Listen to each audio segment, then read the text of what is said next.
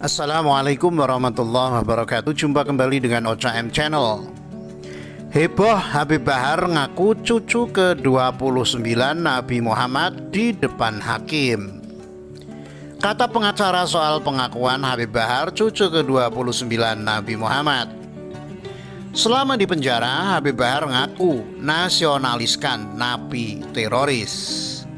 Newsdetik.com. Heboh Habib Bahar ngaku cucu ke-29 Nabi Muhammad di depan hakim. Habib Bahar bin Smith kembali membuat heboh ruang persidangan. Kali ini berkaitan dengan pernyataan dia di muka sidang yang mengaku sebagai cucu ke-29 Nabi Muhammad Sallallahu Alaihi Wasallam. Pengakuan Bahar itu diungkapkan dalam sidang lanjutan kasus dugaan penganiayaan sopir taksi online Andrian Syah di Pengadilan Negeri Bandung, Jalan LLRE Mardinata, Kota Bandung, Selasa 18 Mei kemarin. Bahar duduk sebagai terdakwa dalam perkara ini. Pernyataan mengejutkan Bahar tersebut bermula saat Ketua Majelis Hakim Surahmat membacakan sebuah kisah Rasulullah yang dilempari dan dihina oleh kaum Yahudi. Dalam kisah itu disebutkan Rasulullah kemudian heran tatkala orang Yahudi tersebut tak lagi mencaci dan melemparnya. Diketahui orang Yahudi itu tengah sakit dan Rasulullah menjenguk orang Yahudi itu. Apakah Habib pernah tahu kalau Rasulullah ini pernah melakukan kekerasan terhadap orang? Tanya Surahmat. Bahar yang mengikuti persidangan melalui virtual lalu menimpali kisah Rasulullah tersebut. Bahar pun lantas menyatakan apa yang terjadi antara Rasulullah dan orang Yahudi itu merupakan persoalan pribadi. Nah, yang mulia, itu masalah pribadi Rasulullah. Nabi Muhammad, beliau masalah pribadi. Beliau dihina dan dicaci, dimaki dan dilempari kotoran unta, beliau diam. Tetapi kalau selain daripada urusan pribadi, beliau tidak pernah diam. Ada yang mengaku nabi palsu, dibunuh oleh beliau. Dibunuh yang mulia, dan itu bukan hanya zaman Nabi. Di zaman Abu Bakar As-Siddiq, beliau pernah menyuruh memotong tangan perempuan yang pernah menghina Rasulullah. Di zaman Sayyidina Umar bin Khattab, beliau pernah membunuh orang yang menghina Rasulullah, tutur Bahar. Jadi Rasulullah selama masalah pribadi beliau memaafkan dan tidak pernah mempermasalahkan, kata Bahar menambahkan. Bahar kemudian menceritakan kisah pribadinya. Bahar juga mengaku kerap dicaci maki, namun tak pernah dibalas dengan cacian juga. Bahkan sampai-sampai barusan yang mulia ada di Singkawang ada orang yang menghina saya, dan di media sosial dia hina saya kemudian dilaporkan. Saya bikin surat yang mulia, saya bikin surat untuk saya mohon kepada Majelis Hakim Singkawang untuk membebaskan yang sudah menghina saya karena saya sudah memaafkan dia dan dia tidak memiliki salah kepada saya karena saya sudah memaafkan siapapun yang menghina pribadi saya asalkan tidak menghina agama saya, kata Bahar. Bahar juga menceritakan salah satu kasus di Bogor. Menurutnya ada seorang perempuan yang dilaporkan oleh anaknya lantaran menghina Bahar. Dia dilaporkan karena menghina saya di media sosial. Akhirnya saya bikin surat pernyataan bahwasanya saya tidak rela atau tidak ridho kalau wanita itu ditahan. Saya minta tolong perempuan itu dibebaskan dan kalaupun diadili mohon divonis bebas.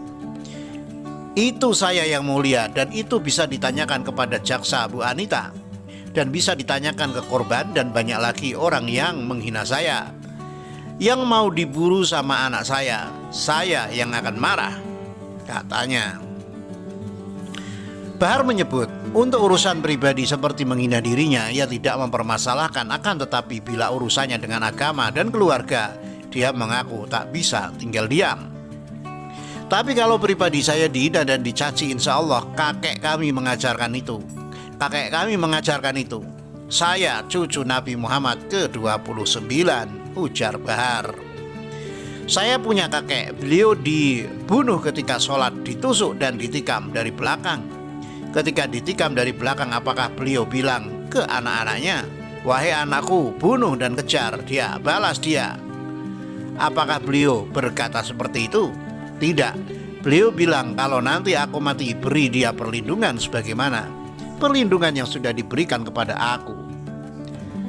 Beri dia makanan sebagaimana makanan yang diberikan kepadaku.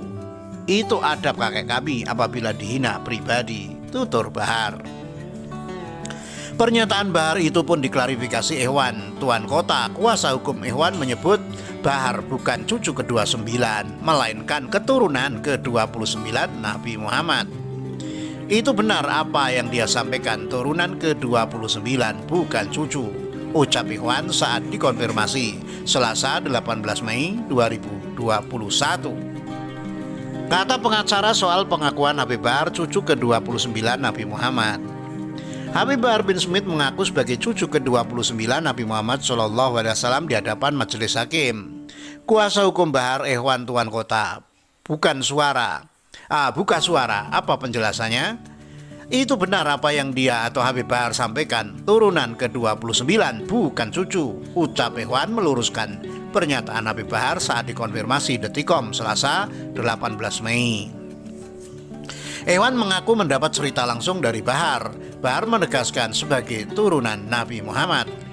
Iya, menurut Habib Bahar seperti itu, kata Ikhwan.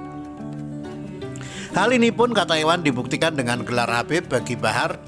Ditanya ada atau tidaknya catatan dari Robito Alawiyah soal pengakuan Habib Bahar itu, Ikhwan tak bisa menjelaskan lebih rinci. Wallahu alam, tercatat di Robito Alawiyah. Kalau itu kan ada perkumpulan dan sudah terdata, makanya dinamakan Habib. Kalau nggak terdata ya bukan habaib, ucap Ikhwan. Sekedar diketahui, Robito Alawiyah adalah organisasi Islam yang bergerak di bidang sosial kemasyarakatan yang awalnya bernama Perkumpulan Arabitul Alawijah. Organisasi yang mengumpulkan WNI keturunan Arab, terutama Nabi Muhammad SAW. Dalam lanjutan persidangan kasus dugaan penganiayaan sopir taksi online yang digelar di Pengadilan Negeri Bandung, Habib Bahar sebagai terdakwa dalam perkara tersebut sempat mengaku sebagai cucu ke-29 Nabi Muhammad SAW.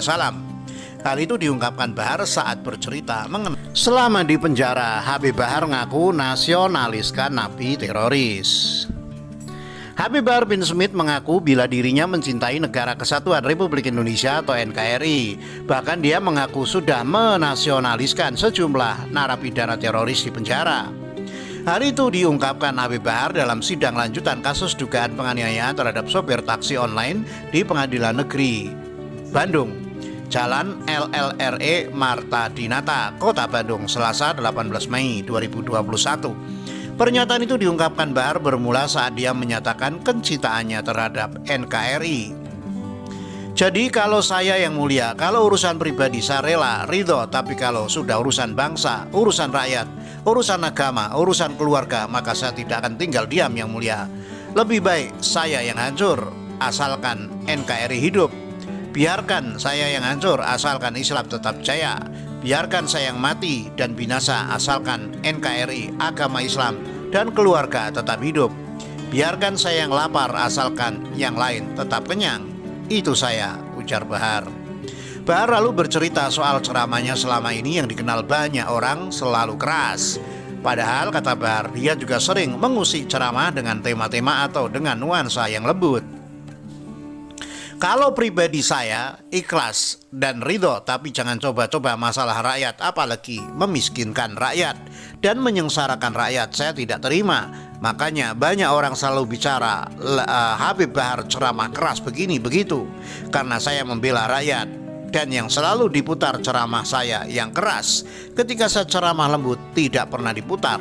Saya ngajar membahas akhlak dan pernikahan, khitan, hak istri dan suami. Ceramah saya yang lembut tidak pernah diputar, sehingga orang mengidentikan saya dengan radikal, keras, dan intoleran, kata Bahar. Bahar kemudian bercerita pengalamannya selama di penjara. Diketahui sudah 3 penjara Bahar cicipi selama menjalani hukuman, yaitu Lapas Cibinong, Lapas Nusa Kambangan, dan Lapas Gunung Sindur. Bahar sendiri saat ini dihukum atas kasus penganiayaan 2 remaja dengan vonis 2 tahun penjara. Bahar bercerita bila selama di penjara Dia bertemu dengan beberapa orang termasuk narapidana teroris. Ia pun mengklaim bila sudah menasionaliskan sejumlah napi teroris. Yang mulia, saya di lapas Cibinong, 2 kasus teroris itu, saya NKRI. Di Nusa Kambangan saya bikin 3 napi teroris NKRI. Di sini lapas Gunung Sindur ada 7 napi yang saya bikin mereka NKRI. Napi teroris yang mereka katakan pemerintah Tohut saya jelaskan kepada mereka sehingga mereka kembali pada akidah Ahlussunnah wal Jamaah, tutur Bahar. Justru yang harus dipertanyakan masalah NKRI, jangan pernah mau bilang saya tidak NKRI dan tidak nasionalis.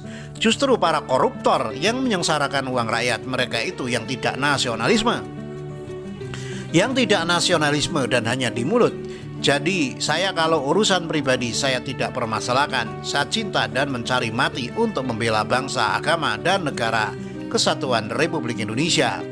Jadi ini terkait dengan harga diri istri saya yang mulia, kata Bahar menambahkan. Demikian, wassalamualaikum warahmatullahi wabarakatuh.